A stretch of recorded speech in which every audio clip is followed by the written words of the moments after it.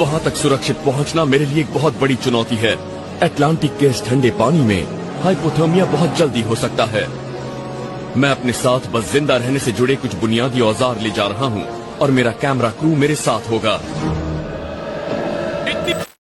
Bear Grylls का एक voice over हकीकत बन गया है। गुरुग्राम से सोशल मीडिया पर ये गूंज रहा है। एडवेंचर और जंगली जीवन का जो नमूना यहाँ दिखता है उसमें शहर का मजाक बनकर रह गया है। ये कोई जंगल सफारी या लेपर्ड सफारी नहीं, बल्कि शहर के जंगल में तब्दील होने का नमूना है, जहाँ व्यवस्था ध्वस्त है, सरकार बेपरवाह और अधिकारी इसी में मगन है कि वो गुरुग्राम में पोस्टेड है। आप खुद ही देखिए कैसे शहर की छवि इस कदर बारिश के पानी में डूबकर दम तोड़ रही है।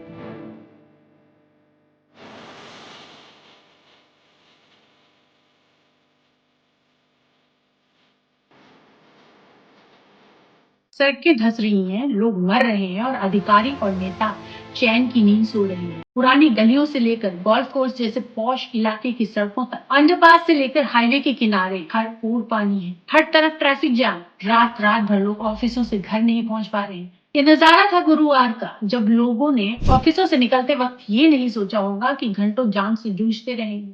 कुछ ने तो ये बिल्कुल भी नहीं सोचा होगा कि वो घर ही नहीं पहुंच पाएंगे। नई तकनीक से लैस ईवी गाड़ियां फेल हो गई, सामान्य वाहन पानी में डूबकर बंद हो गए और लोगों को जान बचाकर भागना पड़ा। नतीजा, जगह जगह ट्रैफिक जैम। अधिकतर लोग तो खुशकिस्मत थे कि उनकी जान बच गई, लेकिन कुछ जिंदगियां इस लापरवाही की बलि चढ़ गई। शर्म की बात है, इस बरसात में कुछ 7 लोगों की मौत हो गई। उनकी क्या गलती थी? यही कि वो इस चमचमाते शहर की तस्वीर के इस स्याह पहलू को नहीं पहचान पाए। ये हालात चुभते हैं। क्या इस पर जिम्मेदारों को शर्म नहीं आती?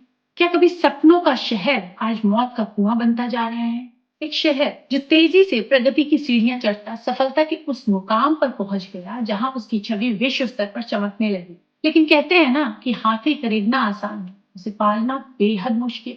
सफलता मिलनी आसान है, लेकिन उस सफलता को संजोना, उसे संभालना, उसे बरकरार रखना बेहद मुश्किल। जो ऐसा नहीं कर पाता, वक्त की जरूरतों के साथ कदमताल करने में विफल होता है, वो अर्श से फर्श पर आ जाता है, एक मजाक बनकर रह जाता है। यही हो रहा है साइबर सिटी, मिलेनियम सिटी का तंगा लिए गुरुग्राम के साथ। यह लापरवाही और अनदेखी से जाने जा रही है। करोड़ों के बजट के बाद भी हर साल शहर की पहली बरसात में इलाके डूब जाते हैं। बरसात के पानी में बहते अधिकारियों के दावे और टूटते सपनों से लोग परेशान हैं, विवश हैं। फ्लैट की बिक्री में रिकॉर्ड टूटते हैं, विदेशी निवेश होता है तो अधिकारी और नेता अपनी पीठ थपथपाते हैं, लेकिन सुविधाओं के नाम गांवों से भी बदतर स्थिति है। ये शहर सिर्फ रेवेन्यू जनरेट करने और नेताओं और अधिकारियों की एक विश्राम स्थल बनकर रह गया है। आखिर ऐसा कब तक चलेगा? कब तक अधिकारी केवल शहर को अपने आरामगाह के तौर पर देखेंगे? इसकी स्थिति इतनी खराब हो गई है कि गंदगी से लेकर जल भराव और ट्रैफिक के मामले में सबसे ज्यादा बदहाल शहरों की लिस्ट में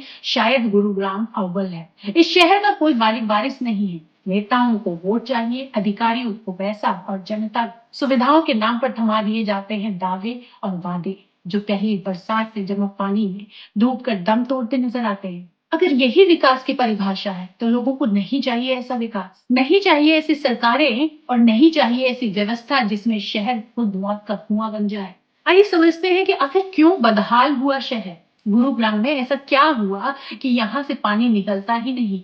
तो यूं जानते हैं, पहले जोहड़ थे जिन पर अधिकारियों और सरकारों की मिली भगत से बिल्डरों का कब्जा हो गया।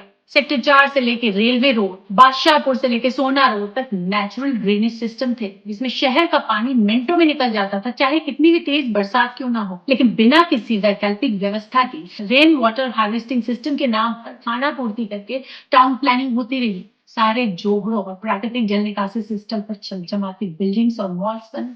अगर प्रॉपर प्लानिंग के साथ तथाकथित विकास की ये सीढ़ियां गढ़ी जाती तो आज शहर लापरवाही और भ्रष्टाचार की इस बाढ़ में डूबकर दम तोड़ता नजर नहीं आता। अब भी वक्त है, जरूरत है सोच समझ रखने वाले अधिकारियों की, एक ऐसे नेतृत्व की जो इसकी रही सही छवि को डूबने से बचा सके।